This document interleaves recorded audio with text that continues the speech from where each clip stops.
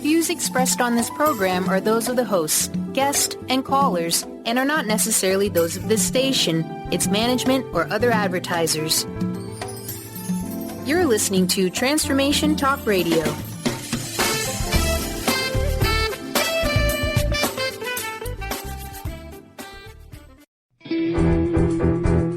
Welcome to Lyme Talk Radio with Dr. Pat Baccili. Epic healing for an epic life. This inspiring show highlights leading-edge solutions, groundbreaking research, headline topics, and tools for holistic healing and wellness. This hit show is dedicated to raising awareness, promoting advocacy and prevention, and supporting initiatives for optimal health. Dr. Pat is passionate and focused on life-saving results reaching far beyond Lyme disease, providing a forum for powerful stories, heart-opening experiences, and hope-activated solutions. Dr. Pat will shine a light on the many shades of Lyme disease fueled by a body, mind, spirit remedy. Now here's your host, Dr. Pat. Hey everybody, welcome. Welcome to the show. It's great to have all of you tuning us in and turning us on. And yeah, we're actually coming up on an anniversary here with Lyme Talk Radio. Dr. Adam Breiner is joining me here today. Why? Because listen, when life gives you Lyme, what should you know? Should you know what this means? Should you know what it is that most extraordinary people, such as himself, is doing in the world to help everyone out there understand there is a pathway to wellness? Today, when life gives you Lyme, 6 innovative treatments for Lyme disease with my very special guest today joining me on the show. We're going to give you lots of information about what he's doing in the world, how he's come to do it in the world, and also what it is about this lifetime for him that has said, wait a minute, we've got to take a look at what's going on with Lyme, and we've got to be able to provide people with solutions. Dr. Adam is a medical director of Breiner Whole Body Health Center in Fairfield, Connecticut, not too far away from WBLQ, and he has brought into the forefront some of the leading edge solutions, remedies, and pathways to wellness. Today, we're going to talk about what he's learned, what he's teaching others, and why is it that we need to look for solutions for people that literally go beyond what you're looking at in terms of, I got a tick that bit me, give me a little antibiotics. Dr. Breiner, great to have you here. Welcome to the show today. Thank you, Dr. Pat. Great to be here. Yep, it is the season. And, you know, the thing that we're discovering, especially in some of the things we're doing, is people just don't even know what they don't know. Everything from, yep, there's this little tick over here, to I don't think my dog can be affected by it. I want to ask you this question. Here you and I are, we're getting ready to have a conversation about some solutions. What challenges, what obstacles have you seen in your own life that you had to move beyond to bring you to this very moment? That's a great question. It's like, what challenges? There are no challenges in life. Come on, Dr. I know. I think it's you know, from the perspective of a clinician, it's opening up your mind to see what's happening with the patient.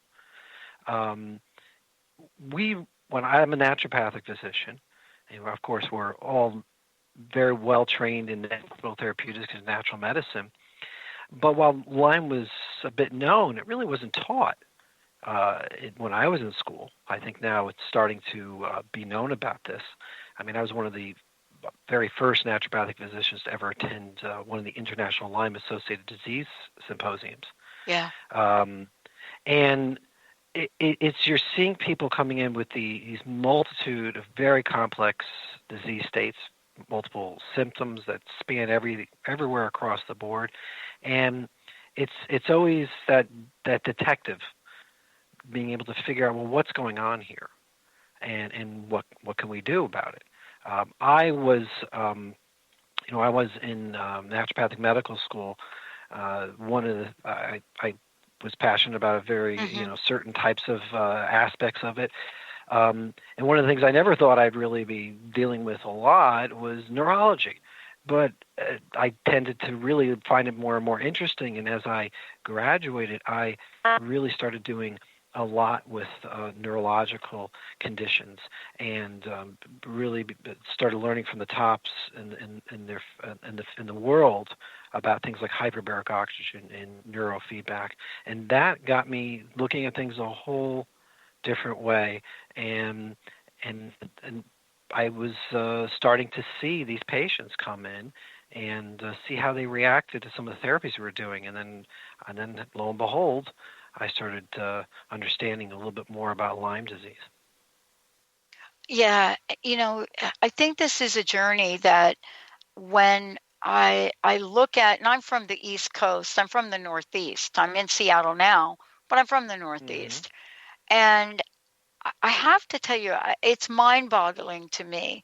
I mean, I live in a state, of course, that they think the ticks don't cross from like Idaho and places over to Washington State. They got a whole like other thing going on over here. But the point is that if I wanted to go down the street to a naturopath, I can do that. Bastyr University down the street. Yesterday, I tried to find a doctor in the state of New Jersey to run an IGeneX test, and I couldn't. I was shocked. I was shocked, Dr. Breiner. I was shocked. Maybe because I'm doing the show, I just think we're further along. Where are we in your experience? What is it from your opinion? What is the state of affairs?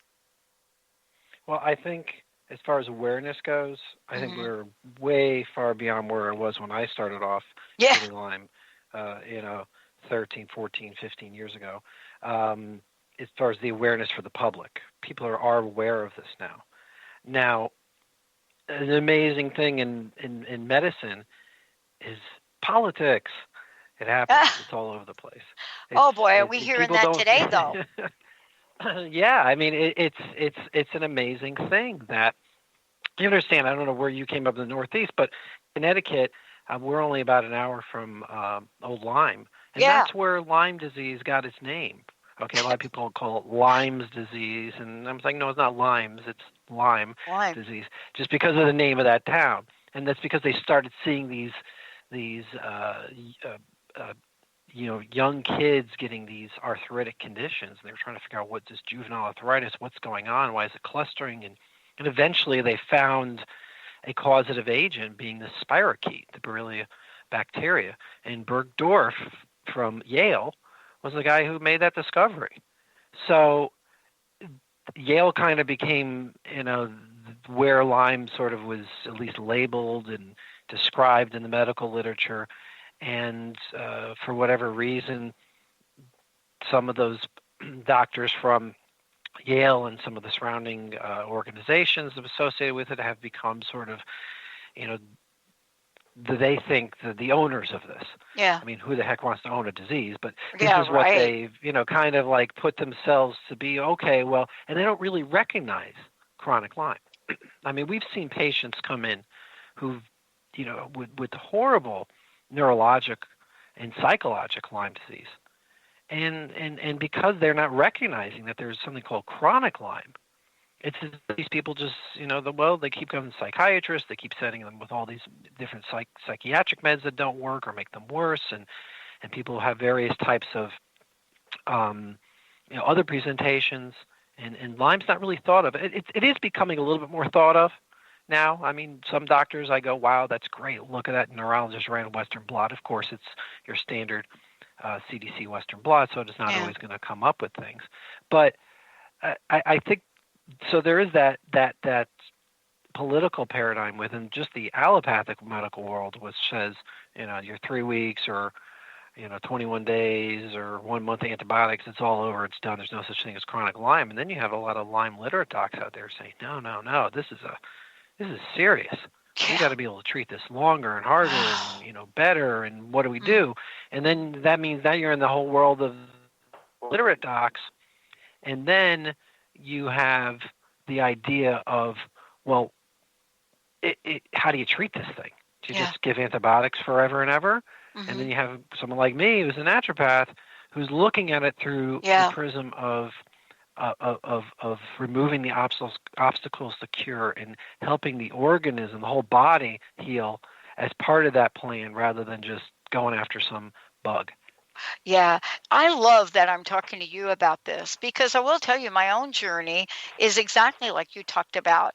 But, there's something that you do as a naturopath, and I was very, very fortunate to accidentally find a naturopath in Washington State that took this on over 10 years ago when the cases of Lyme disease in Washington State were so large in the Seattle area, and you couldn't even get a test. And the naturopaths, the doctors here, took it on because nobody would even touch it.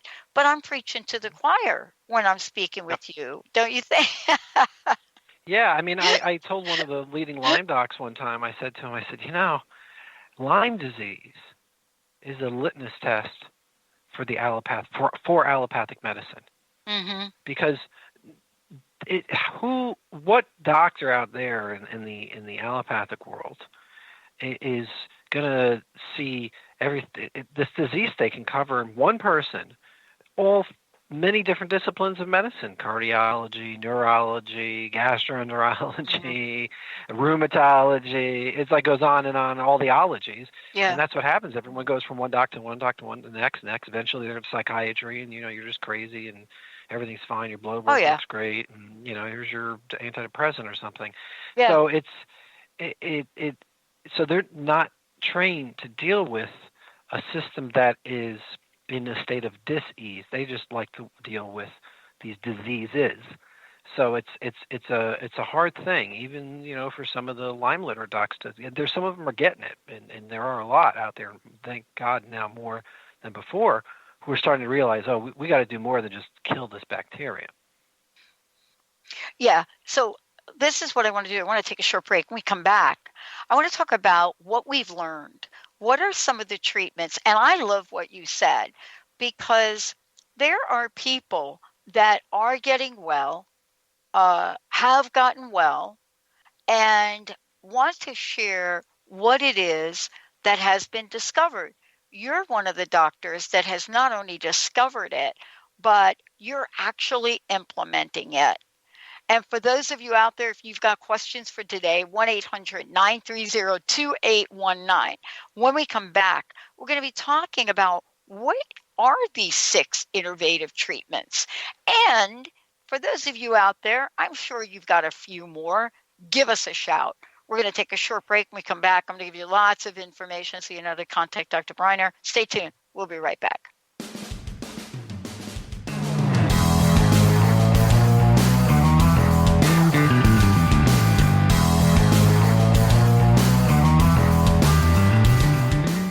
On the cutting edge of the new mainstream, Christine Upchurch is passionate about bringing together science, psychology, and spirituality in a way that can be applied to our everyday lives for true transformation. The Christine Upchurch Show, stellar conversations to illuminate your journey, engages some of the most outstanding visionaries on the planet in lively dialogue to inspire you to become that bright light you're meant to be. Join Christine every Friday at 11 a.m. Pacific Time on KKNW, AM 1150, and Transformation Talk Radio. Do you ever feel as if you're working twice as hard but only getting half as far? Are you trying to connect with your path in life and finding it elusive? Mainstream Metaphysics Radio is a weekly call-in show where we harness our connection with the universe and use what is in our power to affect change for optimal success and happiness. This hit show bridges the divide between what is and what we do not know. Eve, named one of the country's top psychics, also known as the MBA psychic, invites you on this journey for this live call-in show with readings, featured guests, leaders, and visionaries in both business and spiritual callings. So join Eve Thursdays at 10 a.m. Pacific, 1 p.m. Eastern on TransformationTalkRadio.com as she takes metaphysics mainstream. For more information about Eve, visit EliteTarot.com. That's EliteTarot.com. Discover the healing medicine from the giant monkey tree frog Cambo. Cambo practitioner Ginny Rutherford and professional psychic Todd Rolson have come together for lively discussions of alternative healing medicines from the Amazon. Ginny and Todd bring you Cambo Talk Radio. Tune in each Monday at 1 p.m. Pacific to hear from guests all over the world with real life stories and the medicinal benefits of Cambo. For more information, visit cambokiss.com. Be you plus live your purpose equals joy. That's the motto of Unstuck Joy with Vicki Todd. Vicki believes you were born with gifts that are meant to make the world brighter. Each show will feature an art visioning journal prompt to help you create your way to soul clarity. If you're ready to get unstuck and create more joy, this show is for you. Tune in every month on Transformation Talk Radio. For more information, visit VickiWorldArt.com. Wow. Hey, everyone. Welcome. Welcome to the Dr. Pat Show. This is Talk Radio to Thrive By. I'm telling you, I got to pinch myself some days because when each of us gets called to do something that we so not thought was in our wheelhouse to do for a purpose that's so much greater than us, we get to show up and shine. If you would like to show up and shine on the Dr. Pat Show as a co-host or sponsor, send us an email to inspire@thedrpatshow.com.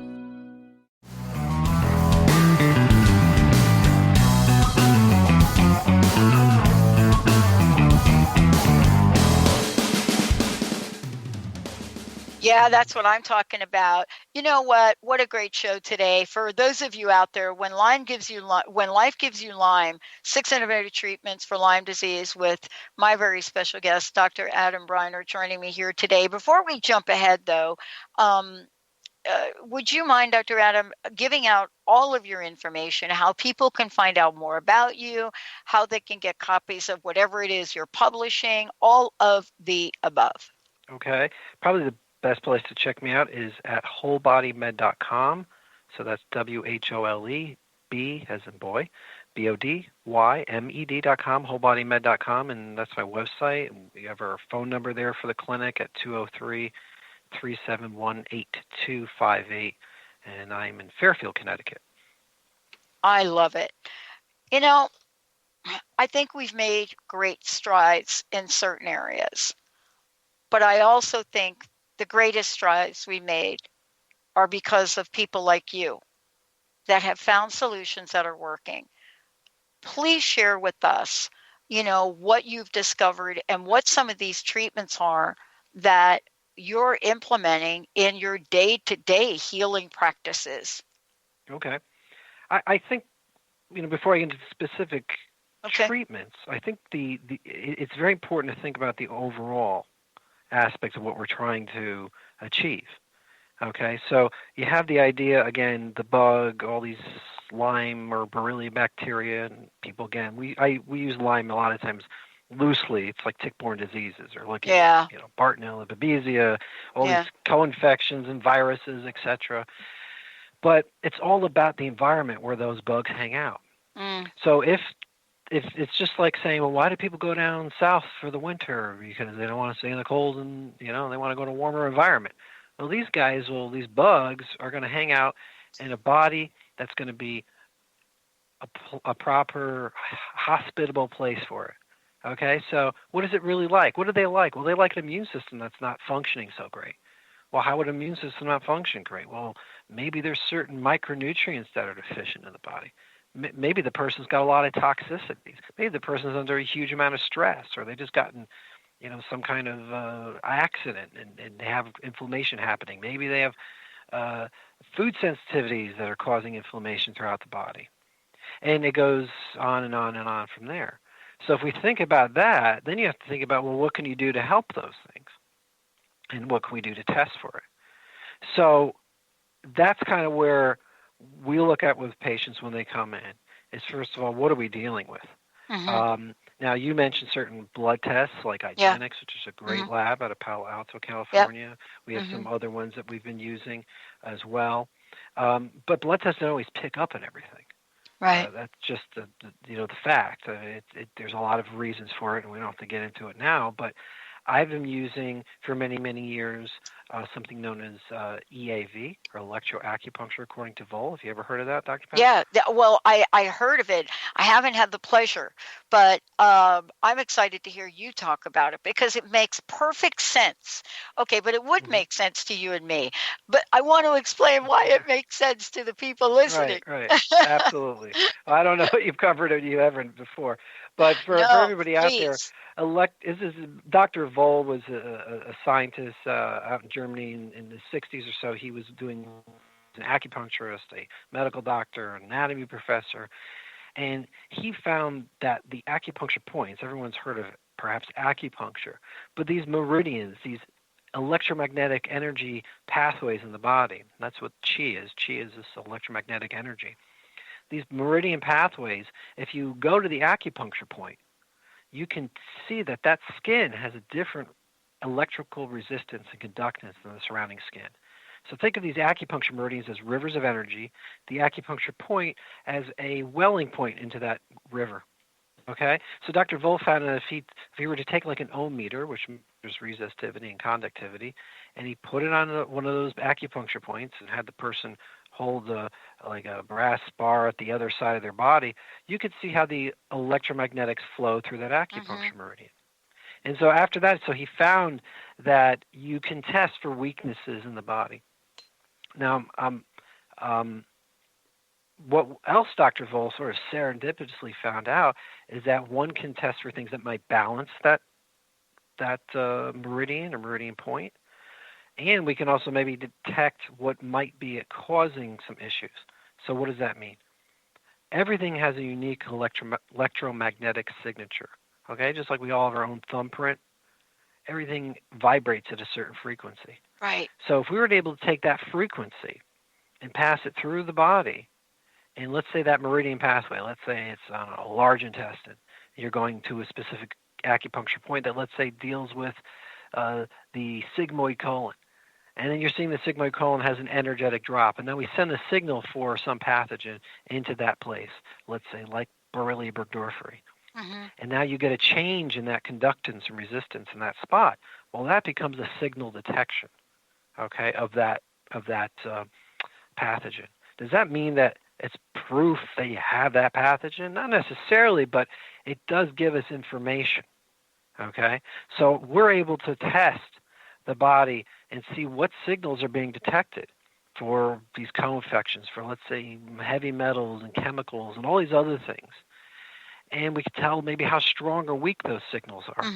And that becomes a very good indicator that we may be dealing with, X, Y, or Z pathogen or pathology. Again, you can't diagnose based on that, all right? It's not the same as a blood test, but I've found it to be very accurate because when Lyme disease, and this is something everyone really needs to know about, it's not necessarily a disease. I think even the CDC acknowledges this, is that it's not a disease necessarily of lab results. It's a disease that's diagnosed by symptoms and how the person's presenting, although that becomes always like difficult, as we were mentioning before. So you take information like EAV, you take blood tests, take those information, take the person's symptoms, and then sometimes we'll treat based on the information we're getting from multiple sources and see how they respond. Because if they have Lyme, they're going to respond in some way. Let's say if we use an herb that's specific for perhaps some of these organisms that could be going on with them. So that's part of what we'll do. And then we'll work on, there are blood tests and urine tests and hair tests that you can do to look for toxins beyond this. And then we may run tests for micronutrient deficiencies and food sensitivities. These are all ways of figuring out how can we lower that burden, that stress of the body, so that these bugs aren't so happy to live there. They go, hey, this is not such a hot spot, So these are some of the things that we look at first. It's a threshold. I mean, what I hear you saying is, and we hear this, right, over and over and over again. Here's the story, right? We hear the story, oh, okay, well, how is it like, in my case, how is it like one day I'm a pillar of health, and then the next day, immediately, things start to break down. Well, we now look at what kinds of things have happened to an individual, like you said. So what if somebody goes in and gets a major surgery, but they get out and they're doing pretty well, except that a little bit down the road, other things start to happen. So what I hear you saying is that there are ways for us to become investigators, to really discover what might be going on. But don't you think that this was, if you want to go back a little bit in time, this was the way that people that were treated hundreds of years ago, this was the process in a sense that was used. It was an investigation process. It's ruling things out. But let's build and create that threshold for wellness. That's what I hear you're saying too. It's not just about breaking things down. Although sometimes if you're using the writer, or maybe we're going to feel a little bit worse, maybe. Mm-hmm. Yeah, I think, Samuel Hahnemann, the founder of homeopathy, he called these obstacles to cure. Okay, so just imagine you're on the freeway and you want to go to where you're going, and they have a whole bunch of roadblocks set up. It's going to be much harder for you to get to where you want to go. You still may get there, but then again, you might just say, well, I'm just going to sit in traffic for the next 2 hours. So how can we make that, how can we clear the pathway open? And by the way, another thing that I mentioned when we talk about the meridians, these energy pathways, if the energy pathways are blocked, as they often are with Lyme patients, the energy, this chi, this electromagnetic energy isn't getting to the certain areas because it's like, imagine a river and you throw a dam in the middle of the river. Well, downstream, you're not getting a lot of that energy because it's being blocked, a lot of that water because it's being blocked by the dam. So imagine you're taking an antibiotic or a antimicrobial herb. It's not going to go where it needs to go if that energy isn't flowing.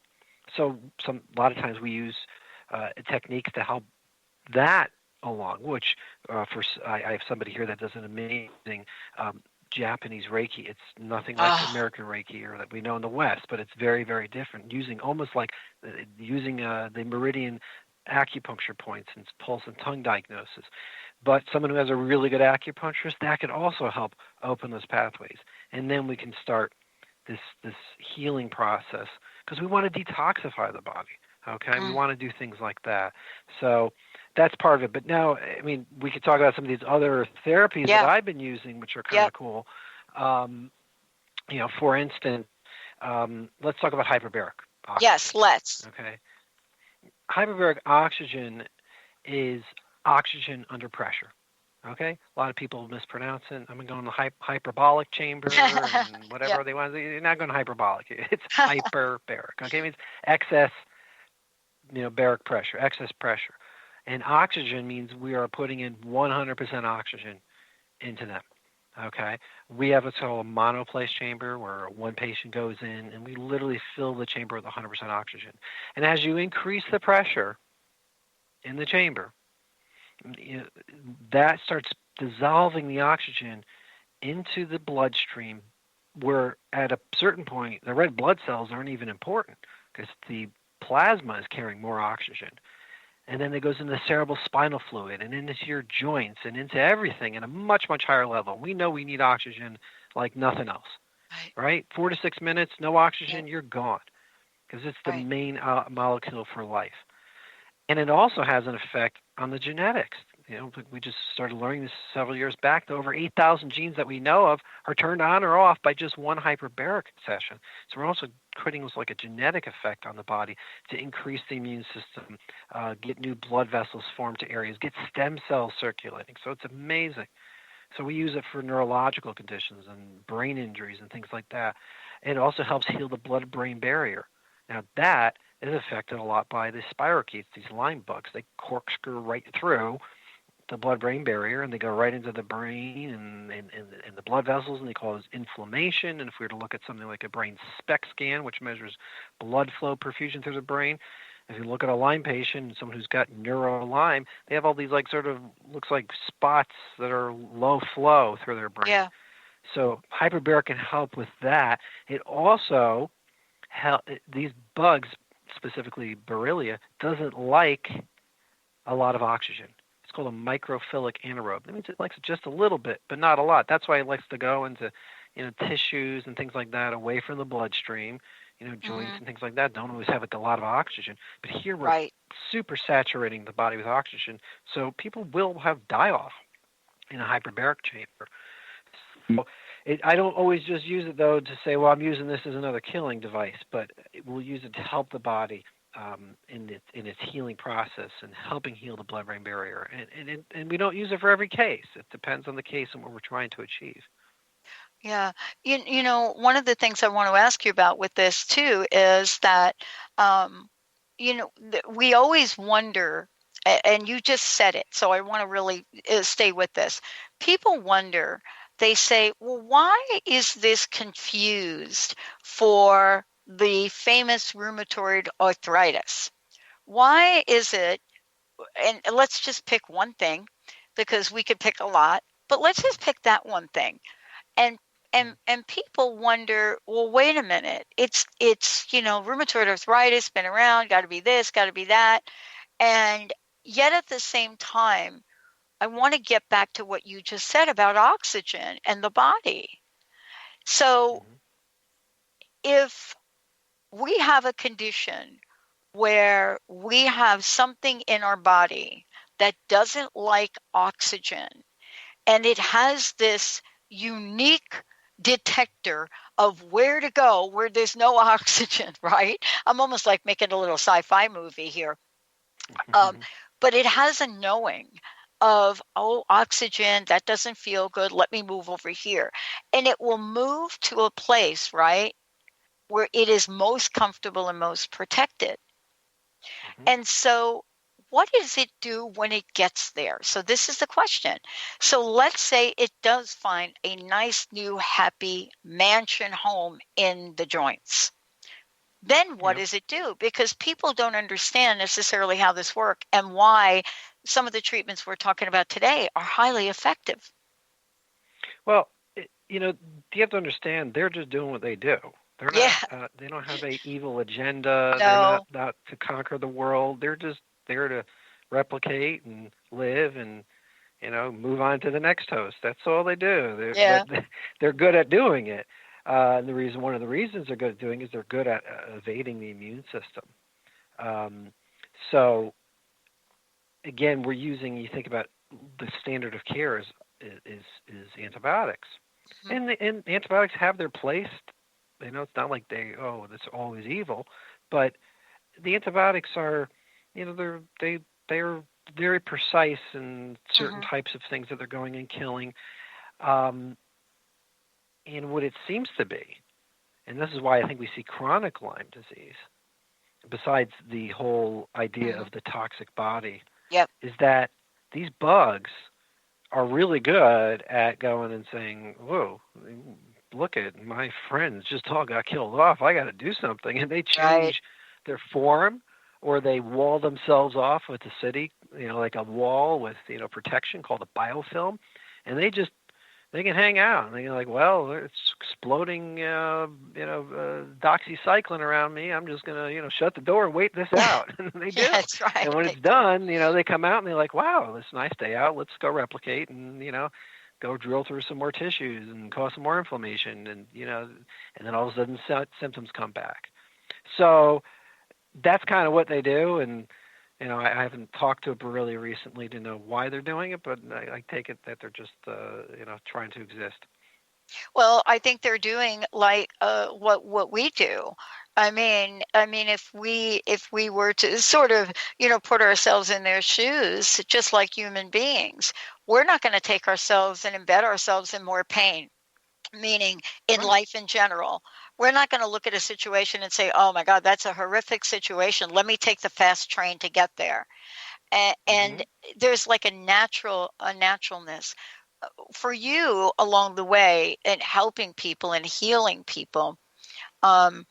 These treatments that we're talking about today are really opening doors for, like you said, rebuilding the body, rebuilding, and also teaching ourselves new ways, teaching ourselves new things to do.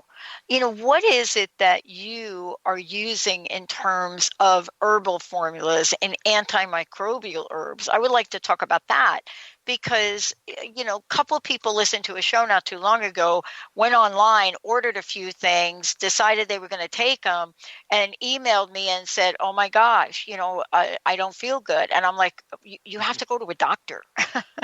Yeah. So let's talk about the magic of this or not. Yeah, I was interviewed not too long ago, and this other person said, well, what can you take? And I'm like, well, there's a bunch of things you can take. I didn't really want to get into all the details of all the different types of herbs because what you said, Dr. Pat, is so correct. You start things that you're going to have a big toxic, waste dump in your bloodstream. So what do you do with that?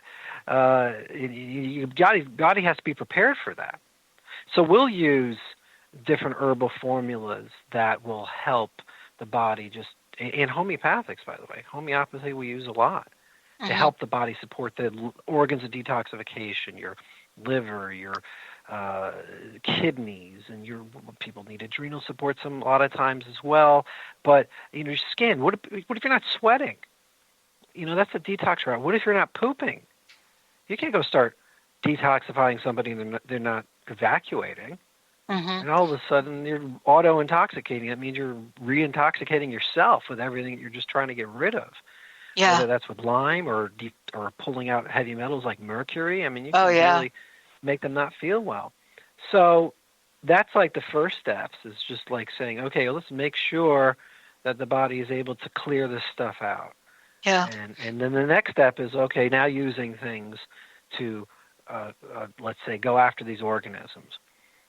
People have probably heard of cemento, which is like cat's claw, which really works great. Some people, right? Some people use sarsaparilla, antiviral, antispirochete, also binds toxins. Artemisinin, is a really great anti-parasitic and also helps the natural killer cells in the body. Neem, some people have heard of neem. Oh, I'm going to go grab my neem and start taking that. It's great, yeah. Some people use like oil of oregano. And, what we do is we test the patient. Okay, when I have a patient come in, I'll do things like EAV to test to see, what's working right now for them, okay, and see what's best for them at the time, in conjunction with the other testing that we're doing and seeing how they're going. But one patient may, be able to do like 30 drops 2 or 3 times a day of cemento. Another patient takes 1 drop and they're flat on their back. Exactly. So, it's very individualized. Exactly. And, you can say, well, yeah. Well, I think what you're talking about is really important because it is individualized. And because it is individualized, you have to go see somebody because this is not a one-size-fits-all. Clearly for those of you out there, this and I know this. And, my experience with oil of oregano was I was told, take this oil of oregano capsule and, take X amount. Of course, for me, early on in my healing journey, I thought, well, if 1 is good, 2 or 3 must be better, right? Right, more is better, right? Well, okay, so here's what I learned. I learned that the degree by which there was something going on in my body was directly related to the degree by which my body reacted to this oil of oregano. And I think for people, you have to have a system. Isn't that part of what you do? Yes, I mean we're working on the system for that patient, and it's an ebb and flow because you think about, okay, what do I need to do with this person now, and what am I looking to try and do, and then you try and do everything you thought you were going to do, and the patient's body's like, hell no, I'm not doing that, and then you got to kind of reassess and sort of slow things down. And a lot of times one of the first things we do is just open a person's mesenchyme, which is the space, the extracellular matrix, where everything kind of nutrients in, toxins out. I mean, the cells are all, they're joined together, but they have spaces, little micro, scopic spaces, and energetically we can test that. If that's blocked up, it's like trying to do spring cleaning in your house with all the windows shut. Oh, yeah. Wow. Okay? It's like, dust gets all kicked around and you're choking on it. Sometimes just opening up that mesenchyme with certain homeopathics can make a world of a difference. I've even had people come in a wheelchair, open the mesenchyme, and they were like walking in the next time. And we didn't do anything against their Lyme and didn't even specifically detox any one thing. It's like turning on the energy production centers of the body, helping the organs of detox start moving things out, and bammo, it's a big difference. So everyone's a little different. And we all try and I'm speaking about myself, but if you're going to go out here, you're right at Bastyr University near you, and there's a lot of great naturopaths in the region, and everyone, if they're following naturopathic philosophy, they are able to start to think in this way. And that's why I said it's really, allopathic medicine. This is the term for what we now are in America, this conventional medicine model. They're not trained to think this way. Yeah. They're just not trained to think this way. I mean, some of the more enlightened ones are thinking this way, but, you go to medical school, you don't think like this. You think of disease, differential diagnosis, and what drug you're going to get. Yeah. Aren't the stories, and I know we're just moving right through this today. Before we keep going here, I want to just one more time, can you please let folks know how to find out more about you? And for folks listening, if they'd like to schedule an appointment, please let them know what to do. Sure. You can always call my office at 203-371-8258. And you can also visit our website at wholebodymed.com. That's wholebodymed.com. We're all part of the Breiner Whole Body Health Center. We have a Facebook page as well. You can look for Breiner Whole Body Health Center on Facebook. My father is a world-renowned holistic dentist, whole body dentistry. And so we have a clinic. We're actually looking at the whole dental aspect too. Oh, yeah. Which is a huge other topic. And so we were one of the first in this country to kind of bring that together under one roof, this naturopathic and holistic dentistry. Because, there's a little thing out there, folks. Imagine you got a root canal tooth. And sometimes it's okay for people, but other times it's sitting on the meridian that can really be affecting you. And that root canal tooth is a chronic infected area. And that can process everything. And then in Lyme disease goes to those areas too. So I just throw that out. So no, it's important. It's a really important. It's a very, very important point because we're starting to see increased numbers in that area where there are complicated infections that are going on in the mouth. But I will say congratulations for you and thank you for connecting the dots because we're not quite there yet. And I wanted to ask you this question in kind of the time we have left. Given what you've seen and the people you're helping, what is your vision for the future look like? What are you hoping we get done more? What are some of the new innovative things you're hearing and seeing? Wow, that's a large topic. I know. I left the rest of the show for you. I know. You're. So, I mean, I'm always trying to look for new innovative things, and I think there's a lot, sort of out there. I'm hoping that people, as far as what the folks out there who aren't doctors or just thinking about this for themselves, like, oh my God, do I have Lyme?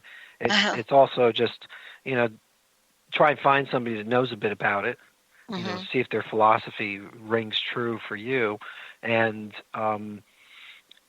don't just do a blood test and think, well, that came back negative. Well, what else do I got going on? I mean, you really have to think about it. You really need someone who can, sit back and think about this. And, and not everything's Lyme. I mean, a lot of people who have Lyme is like, well, this one's got Lyme. You have Lyme. And everyone, everyone I know must have Lyme.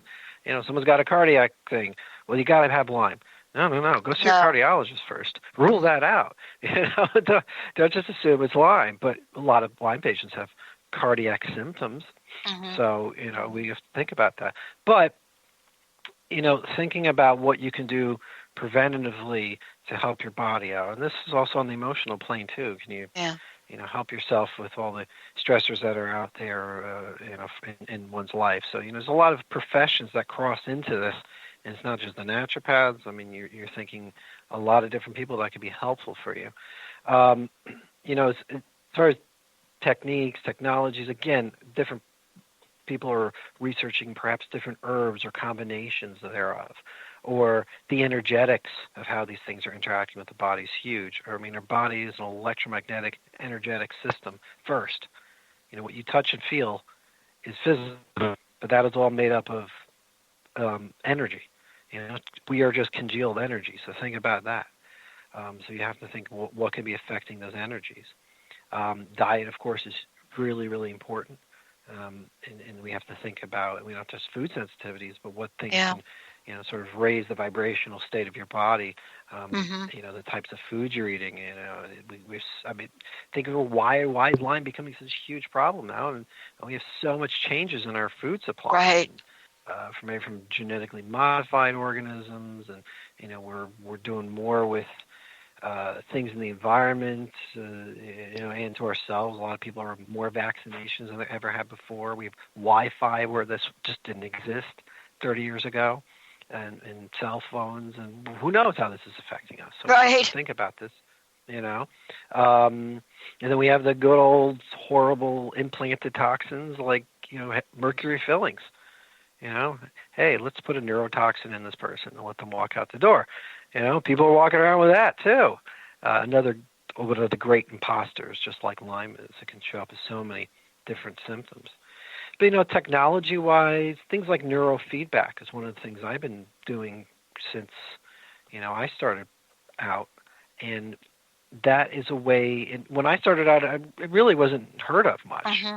Right. What is that? One thing is that we do is we take a brain map. Okay, we actually literally put electrodes on somebody's head, and we read their brain waves. Okay, so an EEG is an electroencephalogram, just like an EKG is a electrocardiogram, or ECG sometimes it's called. Mm-hmm. All right, so we're measuring the electrical activity of the brain, and you can measure that through these, amplify it with an amplifier, specific type of amplifier. And when the brain is not functioning optimally, we can see that. We can see how far off those brainwave patterns are based on a normative database. And that's called like brain mapping. But even like the waves themselves, when I learned EEG many years ago with one of the founders of the whole field of neurofeedback, Dr. Margaret Ayers, we were able to see actually patterns in those waves of infection patterns and injury patterns and things like that. It's pretty amazing. So, go ahead. You got a question? Well, what I think, this is what's really kind of key. We have a lot more innovative approaches to things now than we ever have. We are literally looking at the people like you and your father who have been on the forefront of this. And we're actually counting on you to bring these solutions to the forefront because they're starting to make sense now. See, we're starting to get the attention of people that are alive and well today. Isn't that what you're seeing in the people you treat? Because you and I wouldn't be talking about this if there weren't results.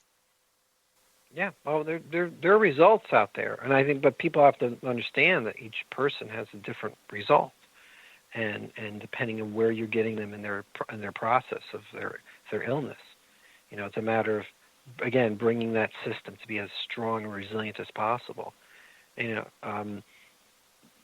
People say, well, am I ever going to get rid of this thing? Am I ever going to kill all the bugs? I can say, I don't know. I don't know if you can ever kill all those bugs. Yeah.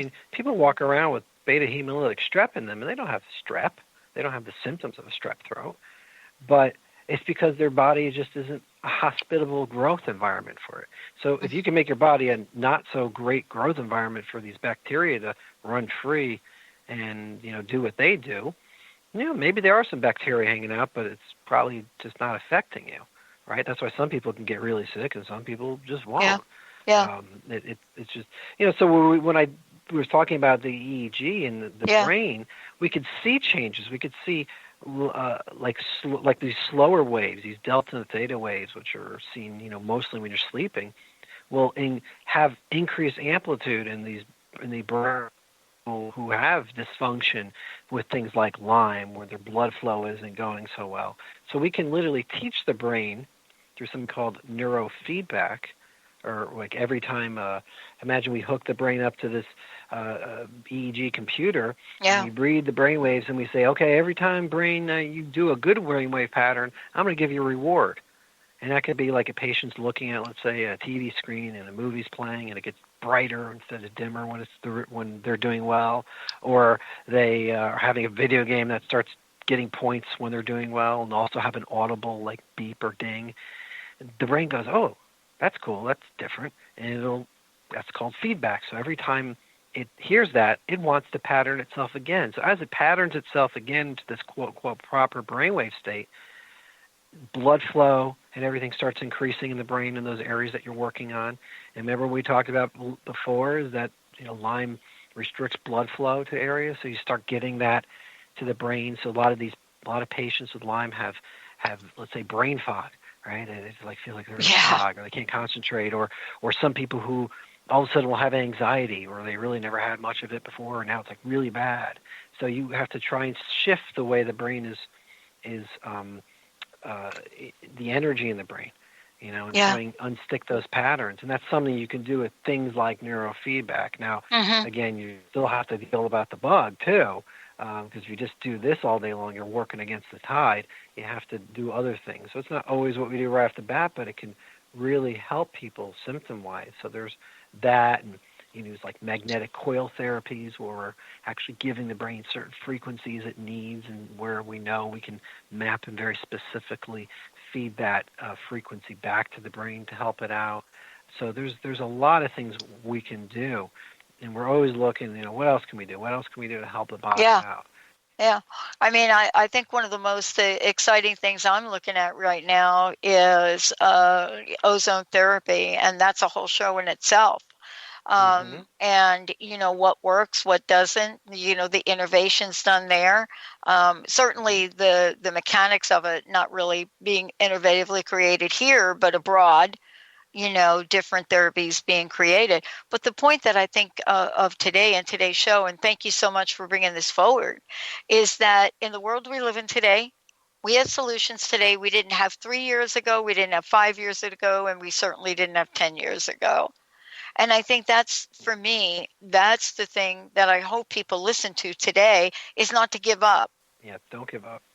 Definitely don't give up. I mean, if you're not finding the answers, you can get to someone else that does. But I will have to say this, because often when people are very and they don't see those immediate results, they're like, well, I'm done with this guy. I'm going on to the next guy. Right. You can't think of that with Lyme. Again, you want to make sure that the person's philosophy is fitting up with what we're talking about here, and you got to stick with it.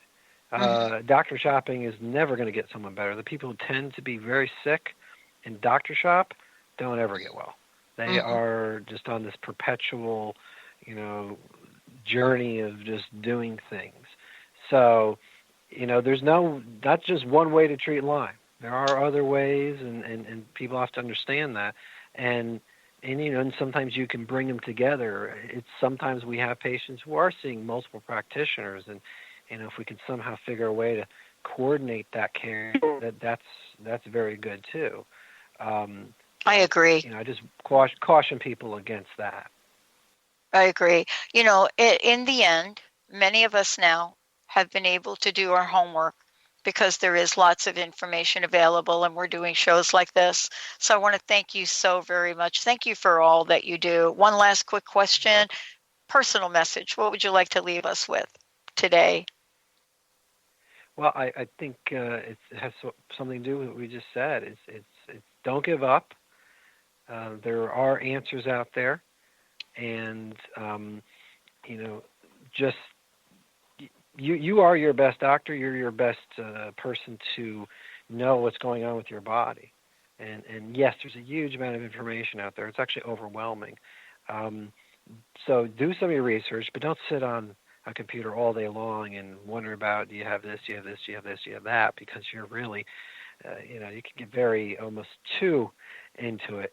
But find someone that you find resonates with your philosophy on this, someone you can trust, and that will listen to your ideas. I mean, read it. As a doctor, I don't know all these things. I can't know everything that's out there.